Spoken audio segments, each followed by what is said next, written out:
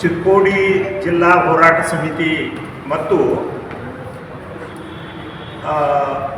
ವಿವಿಧ ಸಂಘ ಸಂಸ್ಥೆಗಳು ಮತ್ತು ಮಠಾಧೀಶರ ಒಕ್ಕೂಟ ಇವರೆಲ್ಲರ ಆಶ್ರಯದಲ್ಲಿ ಕಳೆದ 12 ದಿವಸಗಳವರೆಗೆ ಹೋರಾಟಗಳನ್ನು ಮಾಡಿರ್ತಕ್ಕಂಥದ್ದು ತಮಗೆಲ್ಲ ಗೊತ್ತಿರತಕ್ಕಂಥ ವಿಷಯ. ಅದಕ್ಕಾಗಿ ಇವತ್ತಿನ ಈ ಸುದ್ದಿಗೋಷ್ಠಿಯನ್ನು ನಾವು ಪ್ರಾರಂಭ ಮಾಡ್ತಾ ಇದ್ದೇವೆ. ಅದಕ್ಕೆ ಯಾವತ್ತೂ ನಮ್ಮ ಮಾಧ್ಯಮದ ಮಿತ್ರರನ್ನು ನಾನು ಸ್ವಾಗತ ಮಾಡ್ತಾ, ಈ 12-13 ದಿವಸಗಳವರೆಗೆ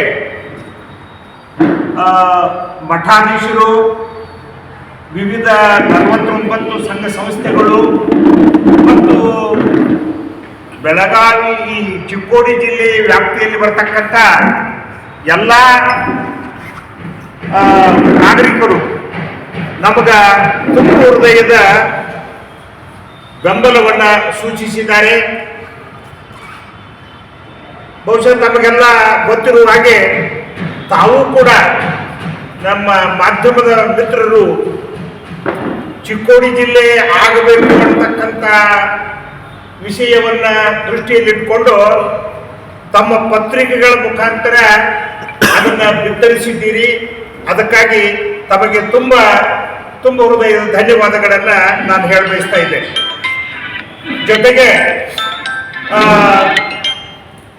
ಇವತ್ತು ಮುಖ್ಯವಾದಂಥ ವಿಷಯ ತಮಗೆಲ್ಲ ಗೊತ್ತಿದೆ. ಚಿಕ್ಕೋಡಿ ಜಿಲ್ಲೆ ಆಗಬೇಕು ಅಂತ ತಿಳ್ಕೊಂಡು ಕಳೆದ 16 ವರ್ಷಗಳಿಂದ ಹೋರಾಟ ಮಾಡಿದಾಗಲೂ ಕೂಡ ಇದು ಅಂತಿಮ ಘಟ್ಟಕ್ಕೆ ಬಂದಿರತಕ್ಕಂಥ ವಿಷಯ. ಈ ಸಂದರ್ಭದೊಳಗೆ ಕೆಲವು ಜನ ಬೇರೆ ಬೇರೆ ತಾಲೂಕಿನ ಜನ ತಮಗೂ ಕೂಡ ಜಿಲ್ಲೆ ಆಗಬೇಕು ಅನ್ನತಕ್ಕಂಥ ಹಠ ಹಿಡಿದಿರುವುದರಿಂದ ಸರ್ಕಾರಕ್ಕೆ ಮುಜುಗುರ ಆಗಬಾರದು ಅನ್ನತಕ್ಕಂಥ ದೃಷ್ಟಿ ಒಳಗೆ ನಾವು ಅತ್ಯಂತ ಸಂಯಮದಿಂದ ತಾಳ್ಮೆಯಿಂದ ನಮ್ಮ ಹೋರಾಟವನ್ನು ನಾವು ಯಾವುದೇ ರೀತಿ ಒಳಗೆ ಸರ್ಕಾರ ಮತ್ತು ಸರ್ಕಾರದ ಚುನಾಯಿತ ಪ್ರತಿನಿಧಿಗಳ ವಿರುದ್ಧವಾಗಿ ನಾವು ಯಾವುದನ್ನು ಕೂಡ ಅತ್ಯಂತ ಸೌಹಾರ್ದಯುತವಾಗಿ ನಾವು ಅವ್ರ ಜೊತೆಗೆ ವ್ಯವಹರಿಸಿದ್ದೇವೆ. ಬಹುಶಃ ಈ ಡಿಸೆಂಬರ್ 31ರೊಳಗಾಗಿ ಜಿಲ್ಲೆ ಘೋಷಣೆ ಆಗಬೇಕಾಗಿತ್ತು. ಸ್ವಲ್ಪ ಏನಾದರೂ ಅನಾನುಕೂಲತೆಗಳ ಇರುವುದರಿಂದ ಸ್ವಲ್ಪ ಮುಂದೆ ಹೋಗಿರಬಹುದು. ನಿನ್ನಿನ ದಿವಸ ನಮ್ಮ ಭಾಗದ ನಾಯಕರಾಗಿರ್ತಕ್ಕಂಥ ಮತ್ತು ಮಂತ್ರಿಗಳಾಗಿರ್ತಕ್ಕಂಥ ಎಚ್ ಕೆ ಪಾಟೀಲ್ ರವರು ನಿನ್ನಿನ ದಿವಸ ತಾವೆಲ್ಲ ಪ್ರಶ್ನೆ ಮಾಡಿದ್ದಕ್ಕೆ ಒಂದು ಅತ್ಯಂತ ಸರಳವಾದಂತಹ ಉತ್ತರವನ್ನು ನೀಡಿದ್ದಾರೆ.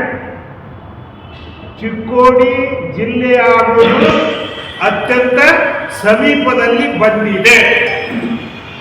ಅಂದ್ರೆ ಇದರ ಅರ್ಥ ಚಿಕ್ಕೋಡಿ ಜಿಲ್ಲೆ ಆಗೋದು ಶತಸಿದ್ಧ ಅನ್ನೋ ರೀತಿ ಒಳಗ ಅವರು ಒಂದು ಆಶ್ವಾಸನೆಯನ್ನ ನಮ್ಗೆ ನೀಡಿದ್ದಾರೆ. ಹೀಗಾಗಿ ಇವತ್ತು ನಾವು 31ರೊಳಗಾಗಿ ನಾವು ಕಾಯ್ತಾ ಇದ್ದೇವೆ. 31ರೊಳಗಾಗಿ ನಾವು ಏನು ಮಾಡಬೇಕು, ಸುಮಾರು ಇನ್ನೂ ಒಂದು 2 ದಿವಸ ಅದರ ಅವಧಿ ಇದೆ. ಈ ಸಂದರ್ಭದೊಳಗ ನಮ್ಮ ಧ್ವನಿಯನ್ನ, ನಮ್ಮ ವಿಚಾರವನ್ನ ಈ ವಿಧಾನಸಭೆಯೊಳಗ ನಮ್ಮ ಭಾಗದ ಶಾಸಕರು ಎತ್ತಿದ್ದಾರೆ. ಅಷ್ಟೇ ಅಲ್ಲ, ರಾಯಭಾಗದ ಶಾಸಕರಾಗಿರ್ತಕ್ಕಂಥ ದುರ್ಯೋಧನ ಐವಳಿ ಅವರು 2 ಸಲ.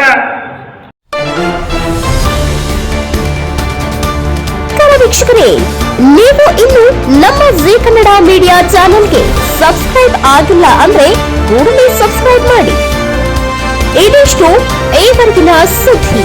ನಿರಂತರ ಸುದ್ದಿಗಳಿಗಾಗಿ ನೋಡ್ತಾ ಇರಿ ಜೀ ಕನ್ನಡ ಮೀಡಿಯಾ.